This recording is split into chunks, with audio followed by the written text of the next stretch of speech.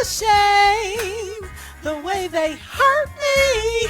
It's a shame the way they Why should hurt I me. be But I ashamed? had to. Great evening. Welcome to Why Should I Be Ashamed? I'm Sheila Calvert, your weekly host.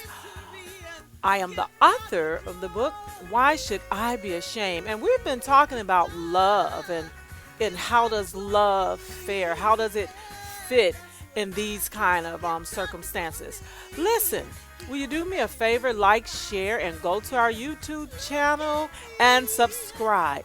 And I'll be right back in a few minutes with some content and some questions for you tonight. No more shame in this game.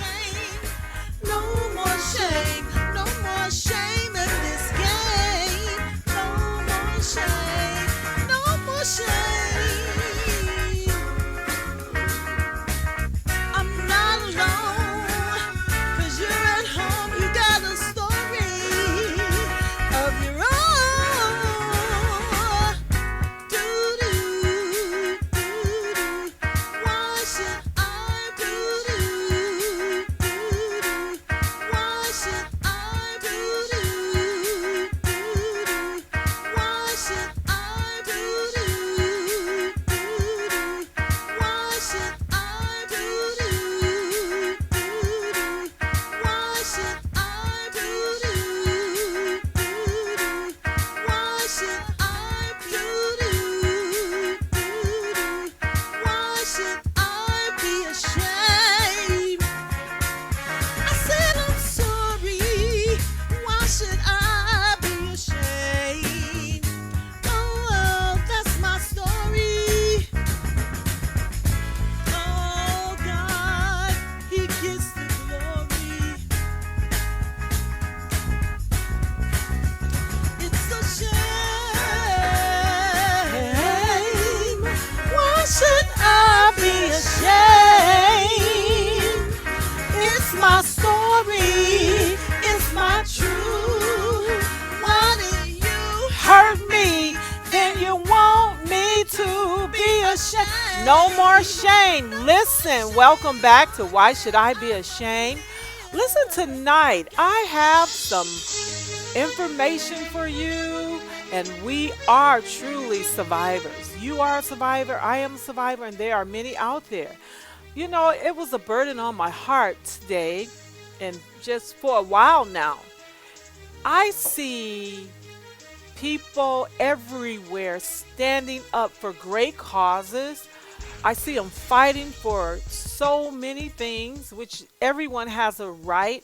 I see them fighting and warring through the news in our communities, and I'm not going to name some of the things they are fighting for, but you know, they're fighting everywhere. Everywhere you look, someone is standing up for someone's rights. Well, I'm standing up for the rights of our abused children, family members, sons and daughters, women, men, everywhere. Listen, sexual abuse have affected all of our lives in one way or another. Maybe close, not close. So it's just really been heavy on me. And I wondered, why don't we hear people talking about it openly, or having conversations openly with your families? Um, and why are we, I feel this personally, why are we not as concerned about people that are being raped, been raped, telling their stories? Oftentimes we'll say, why did they wait until uh, bringing things to the forefront now, 20 years later? I have a young lady that came to me that I was in church with about 25 years ago, and she shared with me her sexual abuse right there. We was all socialized and in contact, um, what is the word? Communicating with a person. They sung, they preached, they did their thing while raping her while she would come to church, and looking at us adults, and We often said, and I'm not blaming everybody, but this is my question tonight. When sexual abuse occurs within our families, and when I'm saying families, our communities, our neighbors, our uh, churches, our schools, a lot of times we side with those who have been who have the abuser instead of the person that has survived the abuse. What is the reason for this? So you have a young lady in church that comes and tell, and I'm not saying anything against the church. I love the church, but I'm saying, are we spiritual minded? In our communities, are we paying attention? I remember my neighbor, her and my daughter, they were about the same age, but I just remember her being really, really developed, and she was just developed. And now years later I find out that her mother's, I don't know if they were married at that time, but he was molesting her. There was a times in my life when I remember even having a dream of one of my loved ones on her knees praying. And when we would get ready to go home, she would always have these fits. And I didn't understand it. But one time I brought the subject and I brought the attention to one of my loved ones. And I say, I believe he's abusing her. And they said to me, no, he couldn't be. And I just left it at that. I just turned and went home. And how insensitive are we insensitive to this subject? Are we insensitive to our neighbors? I remember when I was like 15 and a half, and one of the neighbor's daughter, I was sitting with some of my friends and they were saying, Saul, he raped you, didn't he? He hadn't done it yet. But obviously their parents had talked about it. I remember his mother. Last week I heard you guys a lot in the background. Are y'all going to do background this week? Um, I'm just being a little bit distracted. Uh, the mother, his mother, would tell my mother, he's waiting on that girl to grow up. And I remember my auntie Mildred saying to me, after the abuse had taken place and I had ran away and I had stopped by my mother's house, and she said to me, it's hard to choose between a man and your child. And I just looked at her like, wow, what a disappointment. What a disappointment for an adult to say that. But I'm sure she didn't have any idea how to cope with this kind of issue. She was there trying to comfort my mother or something. However, my concern tonight is, why are we um, desensitized to the victims, to our children, to your neighbor? You know, you have a deep, deep, deep, deep feeling. And please don't answer me what I'm not sure. Oftentimes, you know what we do? We get the answers. We are sensitive, and we always say, follow your first mind. But we know that we know. We have it in our knowing, in our being. I'm not telling you to go arrest anyone. I'm not telling you to go accuse anyone. But what should take place? What should you do when this crime has been committed?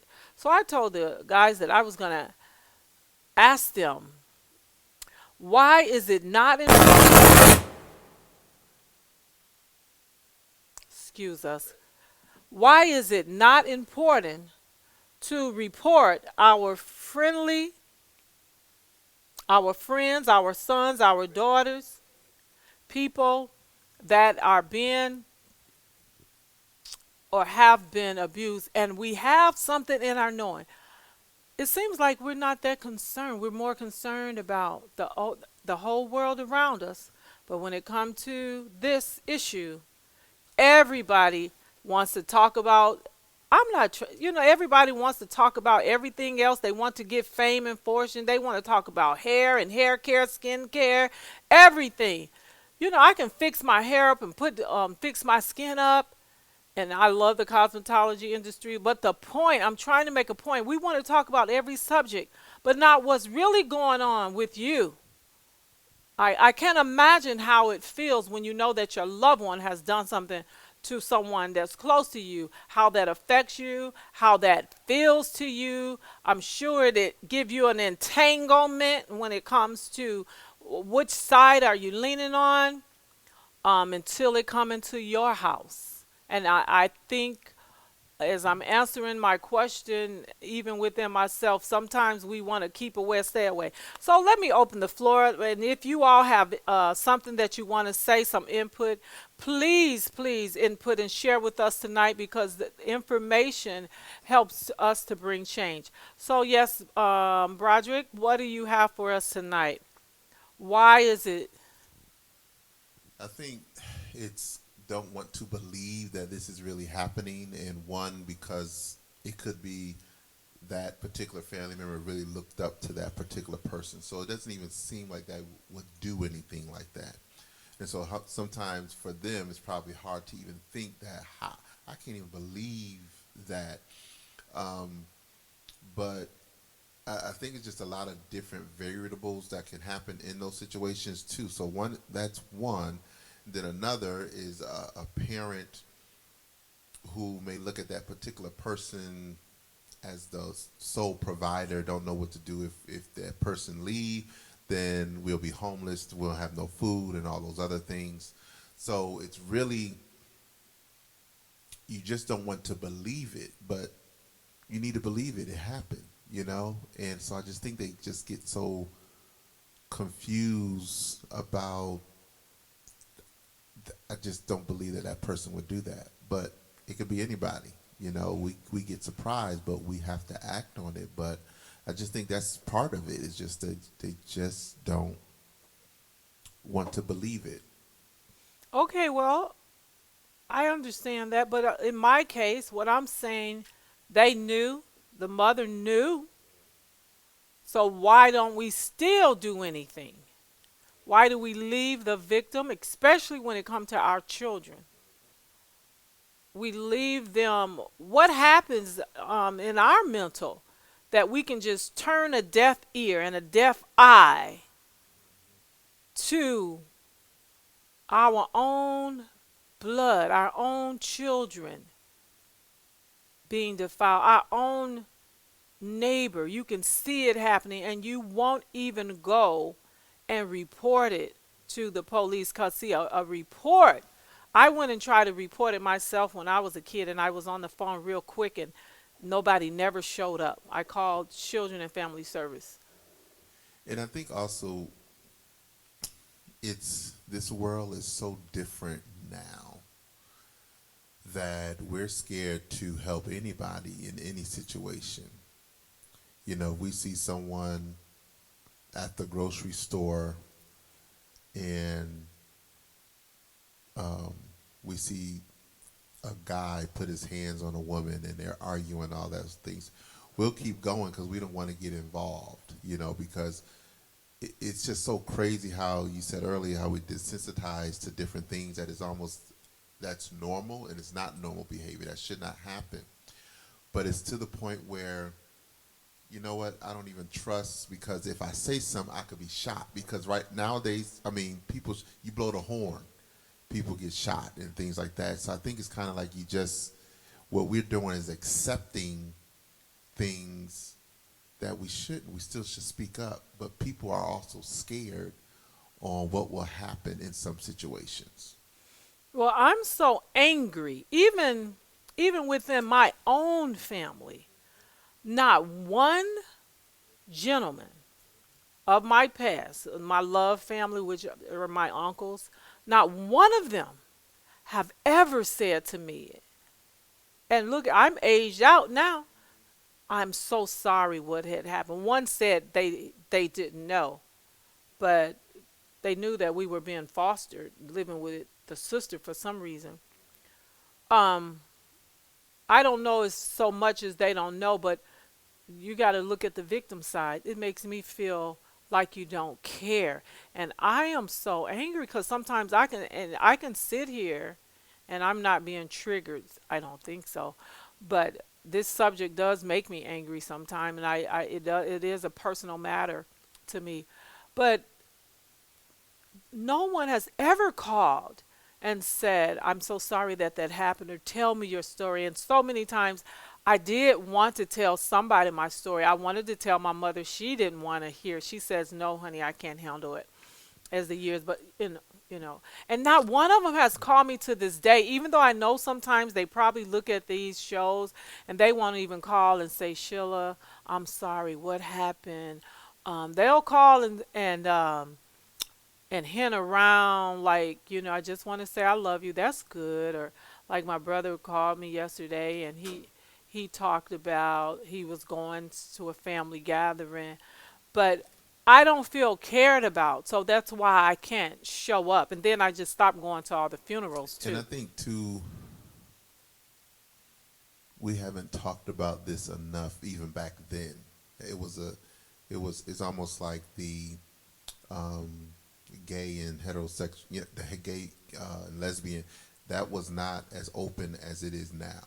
It's a hush hush type thing. It's back then you didn't Taboo. dare say anything about any of that. Yes. And I think now, back then, sexual abuse was not talked about, or a lot of us wasn't educated on.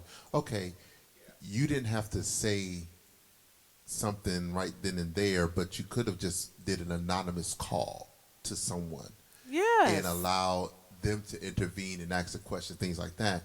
But I just think we just was not educated enough to know that we have other options, that you may not want to confront that person, but you can go over here and call a hotline and let someone else come in that they got a call. So I just think it's just a lot of those different things. And then you said now you have some family members who did not, still don't, haven't said anything, and they probably ashamed to say anything because they feel that guilt that I probably should have, and so now they don't even know how to even confront you to say, hey, I'm sorry. It's kind of like we beat around the bush, like you said. They said, brother Carl said, I love you, and it's kind of in his words. It could be saying, I'm sorry, I apologize, but just saying, what I'm saying, it's just real. Um, and I think that's why it's important we're talking about this now, and it's a little bit, you hear more about it now, even with the Trump thing and the different sexual harassments in the workplace. Now we're seeing all of this, people speaking up, speaking out, because now it's a thing that, people have this voice, and now it's Yes. making it a little bit more easier to say it, because now they see other people that are experienced that and have a story that now they're comfortable to come out. So it's kind of like it's now being and I'll be curious to see if sexual abuse is more being reported now than back then. I think that would be an interesting fact. Wow, we need to check that out. Well, did you all hear that? And so that's why it's so important. But I understand, Broderick, that we are a more verbal generation. Everyone is having something to say.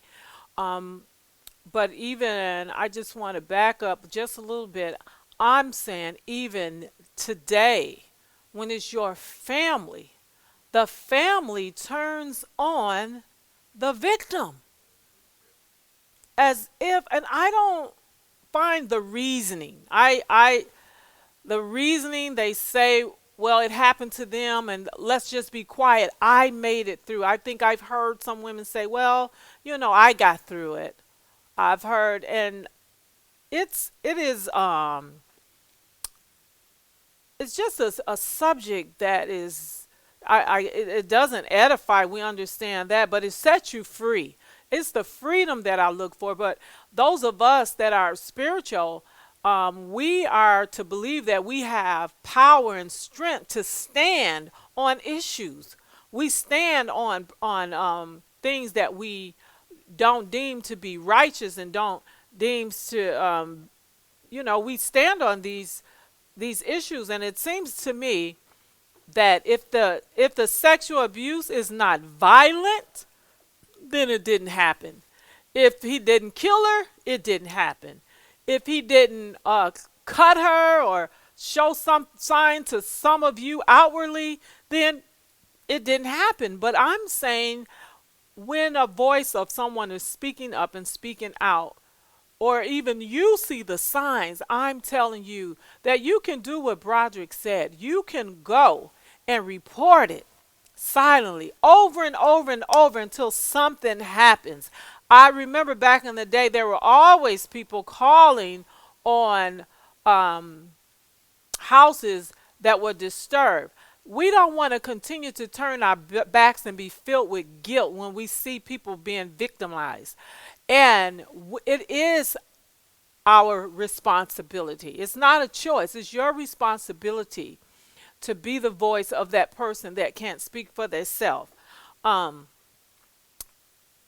Another thing that bothers me is we take offense when a person wait 10 years or wait 15 or wait 20 years. Answer that. Does it matter how long it took me to write my book, how long it took me to tell my story, how long it took me to address my family? And my family has often turned their backs when I've told the truth. Even some of them, when it comes to discussing their sexual abuses, they'll say, "Okay, I'll come on." Then they'll say, "No, no, I won't." They don't want to talk, and I know it's a heart. So, what about that?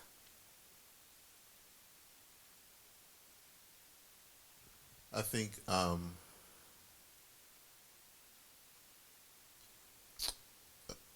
sorry. It's okay. I This is lost my train of thought when you just said that. What was the question again?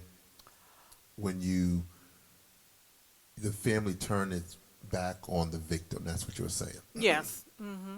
And I know they I shocked. I know they disappointed. I know they don't yeah, want to and I tell think on daddy. yeah, and that's a lot of it, but it's also them listening to the pedophile who their story, because sometimes what they do is they try to switch it up. So y'all listen to their Yeah, story, but yeah. not listen to the victim's story, and just it's better Yeah. to believe what is wrong with us. It's absolutely crazy that, especially for your child, and you're want to accuse. It's heartbreaking to hear it, but I just think that it's just to the point where they just don't want to accept it because of the love that they have for that particular individual. But again, they just ashamed. They just don't want to believe. It's Well, whose job is it to help change this society and change what we are talking about? It. Who is responsibility for the girl next door, the boy next door, our niece, our nephews? So for so many years, we've overlooked. We knew he was a monster or she was a monster. So the now, res, who's the resp, the responsible? response who's responsible is the person who know. It's just like right now, if you know of sexual abuse or anything like that, your job is to report it. Just like in the school system, if you know or someone makes you aware of it, is that person responsibility to do that. That's what we're supposed to do. So Now, a how? lot of times we don't do it, but there was something else that you said about um, the family, and I just missed that thought too. But it's whose job is it's our job. It's our job to report it. If Let me we, ask you this before I forget. What if someone just come to you 20 years later? Does that man, that preacher, does he deserve to be, um, what do you call it, convicted or reported to the police? Or is it too late? Is it ever too late for her to report this crime? Or what is I it? don't think it's never too late to report. Is it too late for me to report what she said to me about them? Mm-mm. It's never too late Is it my because responsibility to yes, report? They're adults now, though. yeah, Even though they, she adults, when she told me, is it my yeah. responsibility to tell the police what Are they happened? still are they still together, or are they still being abused, or was it just long ago? No, it was long ago. She's grown now. He's moved on, and everybody's moved on like nothing happened. But she went through this tragic life Hmm. style because, as so many victims do, and people wonder, why is that child so bad? Why is that child so messed up? Why does that child want to go to the streets? Why is that? Most of the time, and any counselor will tell you, when children are running away, they're running from something. They're running from something. But yes, I think it's still our responsibility to report that particular person. Now, when and that's the thing too. It's kind of like we're afraid to report, like we have to do something. All we have to do is report it. It's the person the who we report it to, the agency. Their job is to do the investigation. Whatever the outcome is, we sometimes we don't know what the outcome is, but I reported it. It's their job to figure it out. Well, what if they tell you and then you report it, then they say, well, I don't want to open Pandora's box. I don't want to open Who, the victim? yeah. They tell you that's okay. I don't want to open it. There's nothing Is else it you can do. so I shouldn't report it if they ask me not to, No, you always report. or report it anyway? Yeah, because it's just like yeah. If you know it, our job was to report. We should have reported back then whenever that person said something or whatever. We have to report when we hear about it, or again, it's the agency job. They don't know that you reported it. It's confidential. They're just going to take the information and go do their investigation and let them pull whatever. But even I feel sorry for the victim and the victor and the abuser, because we knew them. See, that's the thing. Oh, we knew them. And so you say, well, they have lived through it. They're doing all right now. Now it seems like you are Mrs. Crabbit. You're looking over there saying, Abner, look what's going on. And everybody's living their life, and here you come getting in the business, sort of. The mama Yeah. didn't do nothing, So her that's daddy didn't do yeah. nothing. So the thing is, that's why people may not report it or say it, because I don't want to get into the business. I don't want to, you know. They told me not to tell. It's just like if someone come to me in the school or whatever, and please don't say anything. But someone said, no, I'm sorry. I have to let you know. I have to report this. So rather you want to, hey, I got to report it. But it was something else you said about report 20 years later. Some people ask the question, why they wait till now? Because that's always the thing. All these years, why did they wait till now? We have no idea how long. That's how long it took for them to get to the spot that they're in. Sometimes it may be 5 years, 2 years, whatever. Even in different decisions, substance abuse, drug, alcoholism, all those things. Well, yeah, they were doing this for years. Now they have finally come to the space that I need some help. So we don't know how long anyone takes, but that was just their time. Some is now, some, but we can't judge because we're not. A lot of people have not been in their shoes, so you don't understand it. But we quick to judge regarding that. You know. True. And that's another thing I wanted to say. We are to have righteous judgment. If you know, why do we feel like we got to make a choice? Well, I'm going to choose. Well, I don't want to be my sister to be mad at me about what her child has done, or I don't want my uncle to be mad at me about what his son has done. So I'm going to choose to turn my head. But I just see the victim. Where do they go with all this pain and rejection? I know we go to the Lord. He's our, and I say that to everybody. go to the Lord. He is your rock. When nobody wants to believe you, when nobody wants to listen, go to the Lord. He is your strength. He will guide and give you direction. And we know he's going to take care of it. But there also, the law is for the lawless. It's for those that don't want to provide, don't want to repent, don't want to ever go back and say they sorry. And it's, I know it, all this stuff that we do, we pick and choose what we call a crime.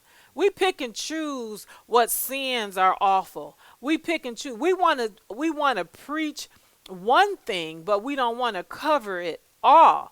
And to me, being, I don't care how much you like a person, but when you take a woman's body or a man's body and you defile their body, that is like the ultimate betrayal. It's almost like a murder. You just peel apart, and people that it has not had this experience, you can't say what is missing in your life, how you have to press on in life and move forward in life and move past them, and maybe there's a subject in your life that you deal with or you keep privately or you keep hidden. But this is it's very painful. So if you're watching and you know what we're saying tonight is report it. If I don't care if you heard about it 20 years, report it so you won't have to feel convicted and condemned. Because if a person come tells me something as an advocate, I believe they want me to report it. And I've had many people, and I have even told them, you go and report it. You go, and some has, instead of having me do the work. Also, something that you said regarding the person, the victim, because sometimes they feel they don't know what to do and options. They can't listen to anybody. But I encourage them to get counseling to help them through it, to get them to a place that they do feel they want to, either they want to confront or however, or report it, that they should talk to someone to do that. And I recently just learned of a situation, and of someone who was abused, and they were afraid to tell me, and I had no idea. I was shocked, and they didn't tell me because me and this person was real close when we were kids, and didn't think I would turn on them. Wow. But then they thought if they said something, the reaction that I would have had towards that person. And so I was like, if I did know, yeah, I would have went after that person because they know me. But so it was kind of that, they were confused, So what do you do with it now that you know? Can y'all hear me? So that person is in jail now. They're, for other They crimes. didn't committed other crimes. Yeah. But it was just to learn of that. I was like, what? Wow. I was just like, oh my God, I would have, and they knew that, and so they were afraid for that also, that how I would have reacted. But, so it's kind of, the victims play that in their head. If I say something, it's going to be because of this or because that person, so they're afraid to report or whatever, or say something. But you have to say it. You have to say it, but it's easy said than done. It takes people to go through a process to get to that place. So how do you get to that place? Yes. Well, I think what we are providing a safe place where they can know that it is their, that you have a right to report these monsters and these people that commit such crimes and do this behavior. It is your right. And, we have to take a stand, and we have to, I just pray that you find a safe place to go where things won't continue to repeatedly happen to you, but you're not responsible and trying to figure everything out, and I know some people go report it to the police, and then they take the children right back into the environment, take the children back. They put me in a foster home with his sister, and where she allowed him to come to her house. And if I'm running away, why would I want to be in a place where he's allowed to come? And I had to get comfortable with that. What I didn't know what to say. Why would his sister have me to be her foster child and then allow him to come to her home and come to her house now and whenever?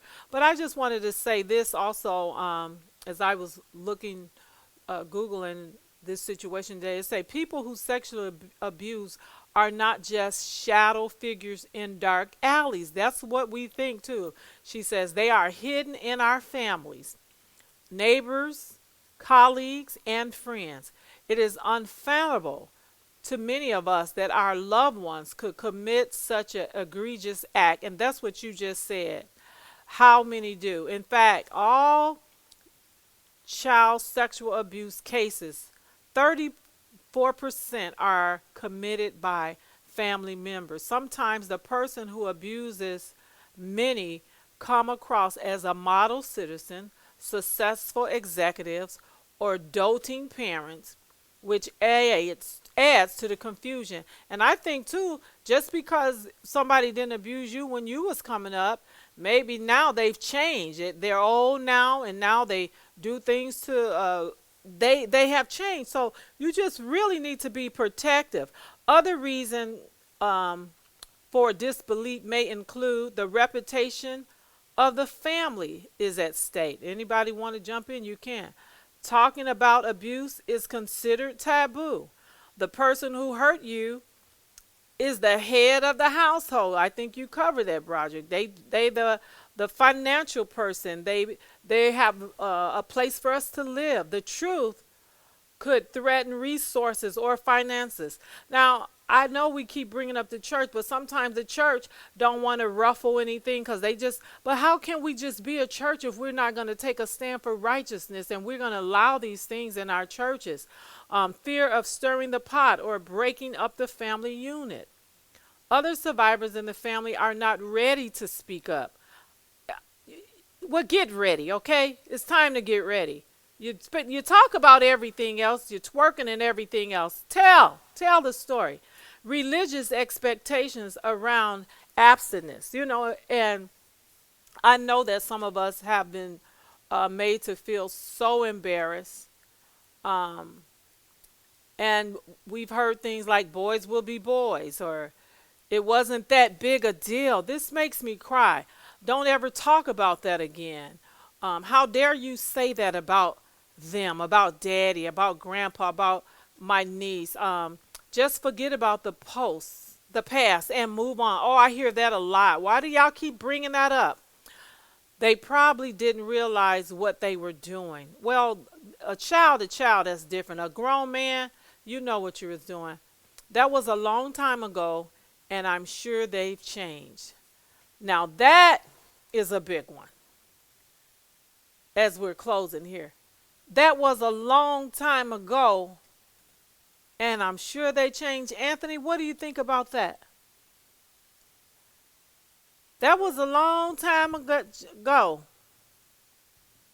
Well, I think we have to take into consideration the relational dynamic of a victim's loved one and the time lapse in between the offense.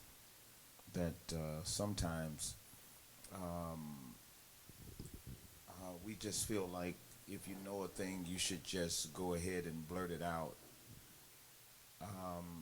But to answer your question is, I mean, it's really not a specific or a uh, uh, black and white way of answering this question because all of these situations are so different. But I would like to say this. I totally agree with Broderick. It's always time to say something. Now, with something that has happened for so long, and it's been a long period of time, I think the main thing for a loved one of a victim of sexual abuse, their first priority should be to make sure that victim, that survivor, feels loved and know that no matter what, if they want to 20 years later put it in neon lights and tell it all, that you're willing to stand beside them and say, yes, I know this happened, and be there for their support. I think that's the main thing, that that after all of these things have happened, we should make the survivors of sexual abuse, we should let them be the ulterior motive. They should be the priority. And so what I'm saying is a person who has been sexually abused, no matter how much time has passed, if you have family, if you are the family members or the loved ones of these people who have experienced this, you should follow their lead when it's time for exposure, and you should support them to the last iota. Support them to the 10th degree on actually coming clean about it and discussing it. And you should not care that the survivor of sexual abuse was actually abused by their uncle, which is your uncle, or their dad, which is your dad, or that the abuser is a family member. That should not be the concern. What will people think? What will that person do? How will his wife feel about it? After all these years to find out her husband is a sexual abuse. That is not of importance. The only thing that is of importance is the abused persons and how they actually want to proceed. Does that make sense? Yes, yes, yes. And while you guys were talking, were speaking, I also wanted to say that to our fathers and our brothers and our uncles, we're not saying go kill someone, but we do want you to come to our defense. We do want you to say something. We do want you to stand up. I don't want my sons or my husbands or my friends or my neighbors or anyone to exchange places with that criminal, because it is a crime, and it's unfortunately that the criminal justice system, when they go into prison, they don't really rehabilitate them. They come out worse than they went in. But that's still not our problem. I think on this side, we worry about too much. It's not our problem, especially women. We overly think and overly worry about it. And then on the side of the men, I think they're the first thing they want to do is become violent. They want to go break a person's head in, and we're not saying exchange places, but we are saying tonight that you do need to listen. You do need to watch your children, watch your wives and husbands.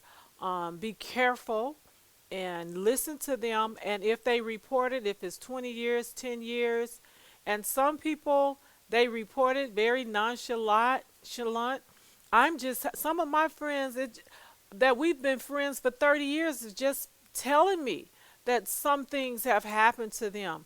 And I know it's embarrassing, and you can feel the pain is still there because they just start talking about it. And to revisit that, it's hurtful. And someone was telling me something a couple weeks ago, and as she was expressing it, you can just feel her just begin to go through the process of that pain, never knowing who it really was.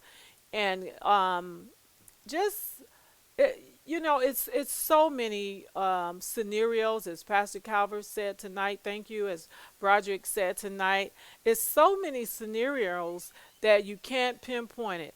But we will say, if you see someone kick a dog, you would go report them. You call the police. If you see them hit a dog, hit a horse, you would go report it. But so when we know that we know, when you see that look, just secretly go report it, keep reporting it, and then sometimes just ask questions. Just ask questions. I remember being a girl and I was like, I'd rather die than sleep with you. That's what I was thinking, and I just wanted to just be away from that household. And so my mind became violent in my thoughts. And thank God for the blood of Jesus that save and deliver and help us. But so many things transpire in the lives of a person that has dealt with this. But let's not blame the victims, okay? Let's not blame them for talking about it. Let's not blame them for telling, because talking about it is freedom, is healing. You know, the word of the Lord says you should know the truth, and the truth shall make you free. Let's tell our truth. Let's sound the alarm and let us report this crime. And do me a favor, hit me up in the messenger and get you a book, order you a book. I've been mailing them out. I got them ready for you. And let's not be ashamed. Give God the glory for our healing, for feeling better. And we're moving forward. Look